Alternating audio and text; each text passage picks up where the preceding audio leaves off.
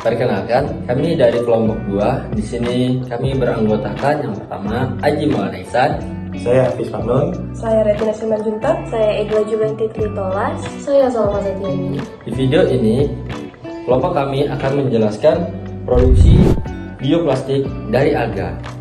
Selamat menonton. Selamat siang untuk semuanya. Perkenalkan, nama saya Retina Simanjuntak. Saya dari Prodi Ilmu Kelautan. Nah, di sini saya ingin membahas tentang bioplastik. Nah, sebelum ke bioplastik, salah satu solusi untuk mengurangi permasalahan sampah plastik adalah dengan membuat plastik yang ramah lingkungan atau biasa kita sebut dengan bioplastik. Di mana seperti yang kita ketahui bahwa bioplastik itu merupakan plastik yang dapat terurai oleh mikroorganisme dan dapat diperbaharui.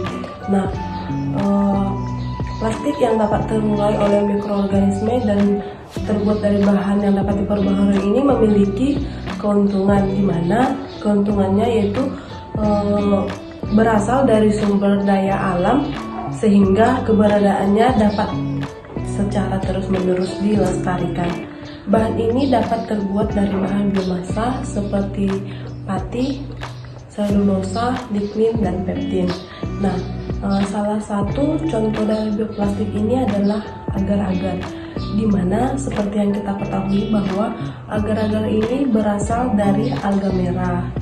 Nah, dan agar-agar yang berasal dari alga merah ini sering digunakan untuk membuat bahan bioplastik karena agar-agar yang berasal dari alga merah ini memiliki sifat yang transparan dan fleksibel sehingga cocok untuk aplikasi kemasan makanan dan juga produknya yang sekali pakai. Nah, proses pembuatan agar-agar dari alga merah ini melibatkan ekstraksi agar-agar. Nah, yang ekstraksi ini kemudian dipanaskan dan dibentuk menjadi sebuah lembaran yang tipis. Halo, selamat siang. Di sini saya Hafiz Magnun. Di sini saya akan membahas sebuah studi kasus penyemaran plastik. Apakah kalian tahu bahwa plastik itu sangat berbahaya bagi kehidupan manusia maupun kehidupan biota laut di sekitarnya? Nah, plastik ini sangat berbahaya bagi kita dikarenakan plastik ini tidak dapat terurai sampai 100 atau 500 tahun ke depan. Nah, salah satu faktor bahaya plastik itu bagi kehidupan kita. Apabila plastik menumpuk di sebuah tempat sampah ataupun di manapun, ini sangat mempengaruhi kualitas udara kita karena kita manusia menghirup udara. Itu sangat berbahaya bagi kita juga. Nah, faktor keduanya bagi kehidupan biota di laut, yaitu di mana hewan-hewan kecil yang ada di laut seperti ikan-ikan kecil dan terumbu karang ataupun lamun itu sangat berbahaya juga dikarenakan plastik ini kalau di laut plastik ini akan turun ke dasar laut. Nah, jika di bawah itu ada sebuah terumbu karang, plastik ini akan menutupi sebuah terumbu karang tersebut, yang dimana terumbu karang ini dia tidak bisa hidup atau bernapas lah istilah katanya itu, karena terumbu karang ini ditutupi oleh kantong plastik tersebut. Apabila manusia membuang kantong plastik satu hari sebanyak ratusan atau 100-200 plastik per harinya, berapa banyakkah terumbu karang yang ditutupi oleh plastik tersebut? Karena kebanyakan manusia ini membuang kantong plastik ini di sungai ataupun di sekitar lautnya. Nah, di terumbu karang ini kalau ada plastik tersebut maka terumbu karang akan mati. Tentunya di sini akan merusak ekosistem terumbu karang. Planet terindah di alam semesta, Bumi. Lautan biru nan indah bukankah terlihat sangat indah? Tetapi jika diperhatikan dengan seksama, di dalam laut ada apa? Semuanya adalah sampah plastik. Tahukah kalian sekarang ini ada sekitar 100 juta hingga 150 juta ton sampah yang sedang mengambang di permukaan laut. Luasnya mencapai 535 kali lipat Taiwan dan terus bertambah. Akibatnya banyak biota laut yang dirugikan. Paus sekaligus menelan banyak plastik ke dalam perutnya. Induk burung laut menjadikan plastik sebagai makanan untuk diberikan kepada anak burung. Sedotan plastik yang dicabut dari hidung penyu, gelang plastik yang melilit di perut penyu, air mata kami lebih asin dibandingkan air laut. Saya paus kecil, Xiaoce. Saya masih terlalu kecil. Saya kira plastik adalah makanan enak, sehingga saya menelannya ke dalam perut. Pada akhirnya, karena tidak bisa mencernanya, saya pun mati. Kantong plastik yang kamu gunakan rata-rata hanya dipakai selama 25 menit. Ketika mengalir ke lautan, mungkin selama 500 tahun pun tidak terurai dan berubah menjadi pembunuh paling berbahaya bagi kami semua yang di laut. Nah, bioplastik ini salah satu penemuan yang sangat membantu mengurangi masalah yang kita hadapi sekarang saat ini. Nah, bioplastik tersebut ini dapat terurai, lain hanya dengan plastik yang tidak dapat terurai. Bioplastik ini dapat terurai secara alami, dikarenakan dia ini sangat membantu kita ini bisa berhenti pemakaian plastik dan mengurangi tingkat persen atau akumulasi plastik tersebut. Nah, bioplastik tersebut kalau kita buang ke sungai ataupun dimanapun, dia dapat terurai dengan sendirinya, sehingga untuk kehidupan di sekitar laut ataupun dimanapun dia tidak berbahaya karena dia bisa terurai. Perkenalkan, nama saya Ego Julianti Tritolas.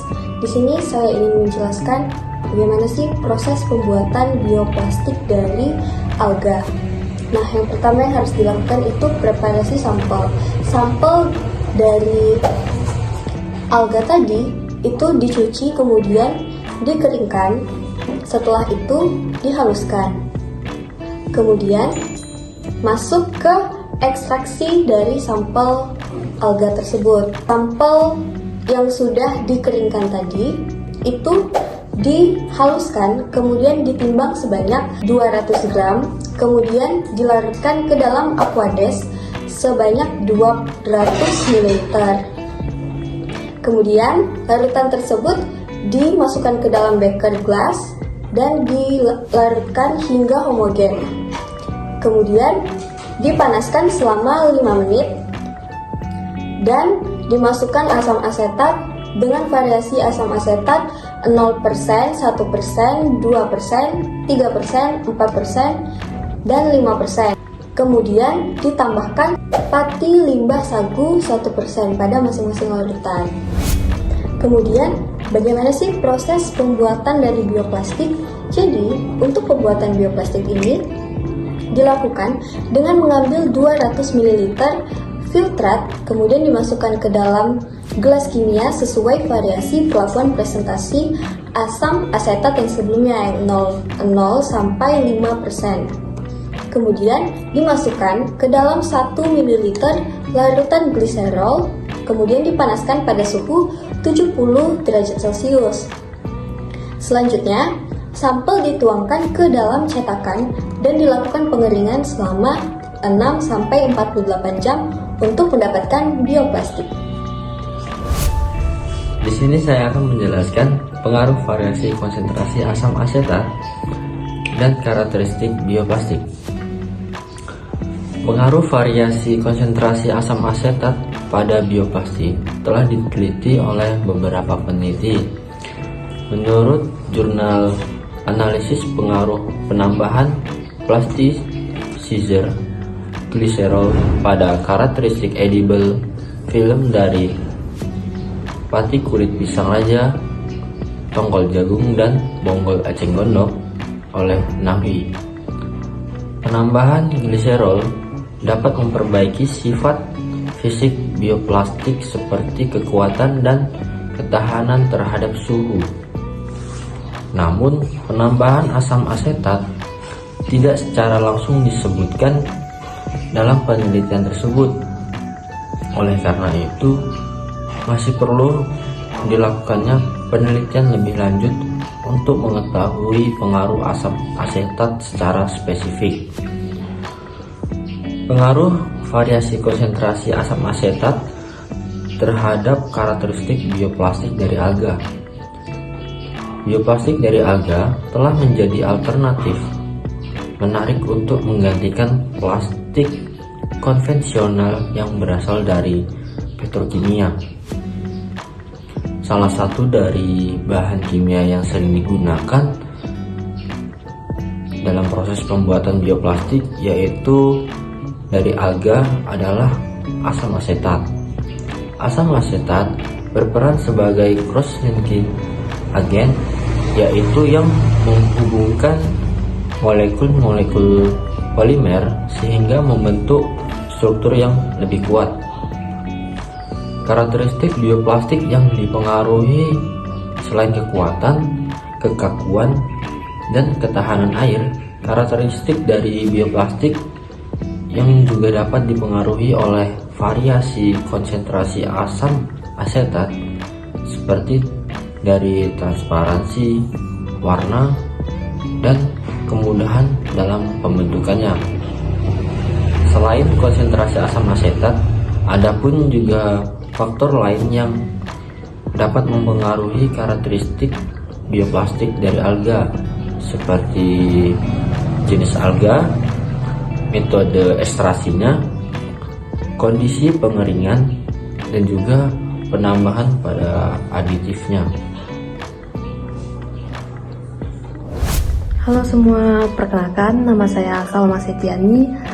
Di sini saya akan menjelaskan kesimpulan dan saran dari video tadi bahwa bioplastik merupakan solusi yang efektif untuk mencegah kerusakan lingkungan.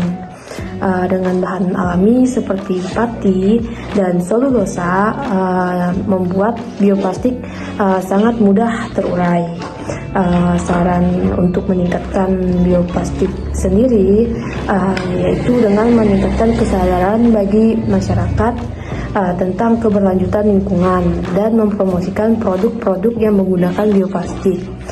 Selain itu perlu dilakukan penelitian lebih lanjut untuk meningkatkan karakteristik dari bioplastik sendiri dan membuatnya lebih kompetitif dengan plastik konvensional. Oke, sekian dari saya ucapkan terima kasih. Sekian video dari kelompok kami. Terima kasih sudah menonton dan jumpa lagi.